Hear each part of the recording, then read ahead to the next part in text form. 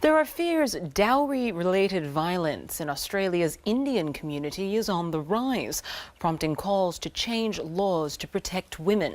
The ancient dowry custom is outlawed in India, but the practice is widespread, and marriages are failing, with husbands retaining valuable offerings, often leaving women broke and vulnerable. Newlyweds Mandeep and Jatinder can barely hide their smiles, reflecting on their recent nuptials. For this bride, it's happiness second time round. She claims domestic violence and dowry disputes contributed to the breakdown of her first marriage. He slapped me and punched me on my face, and when he banged me to the wall, I had a bruise on my face. All he cared about was dowry. He didn't notice anything else. Love, care, compassion, nothing. I think it was all about dowry. It's a familiar narrative in the consulting suite of psychiatrist Dr. Mandula O'Connor. She says 75% of domestic violence referrals from the Indian community are dowry related, including patient Kamla.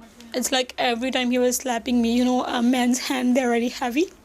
Kamla says her husband and family considered the dowry offer to be insufficient. They will humiliate her, they will humiliate her family, they will belittle the gifts that were given to her, and that can create depression in the bride. Kamla says emotional and physical violence led to thoughts of suicide and this chilling response. He was telling me, if you want to kill yourself, don't do it in my home. So you need to go outside, look for the trains or truck. Together with lawyer Melina Asthana, Dr. O'Connor is lobbying to change dowry regulations in Australia. The pair wants it to reflect Indian laws and act as a disincentive for men. Even for acts of cruelty done any time after marriage, say, or before marriage, in relation to dowry, could lead to imprisonment up to 5 years and fine. One of the main difficulties is the fact that dowry is ingrained in India's distinctive culture and often passed off as a gift. There are even satirical websites suggesting a range of dowry values depending on the bridegroom's qualifications and status. But the truth is the practice still takes place. SBS has been told permanent residency in countries like Australia can command a premium. According to Arwinder Singh, secretary at this cultural and religious centre west of Melbourne, families, mainly dominant females, play a key role in the pursuit of extra dowry, often leading to domestic violence. In a majority cases, the guys are being pressured by their families, parents, more specifically mothers.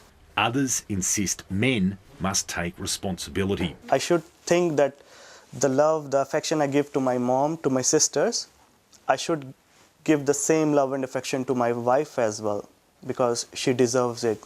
Jatinder considers herself in the fortunate minority. She managed to reclaim her dowry after returning to India. Indian custom allows new brides to wear wedding bangles for between 40 days and a year after the ceremony as a measure of their happiness. This time round, Jatinder will retain these as long as she can. 1 year. Yeah, because I'm happy and I love it. Luke Waters, World News Australia.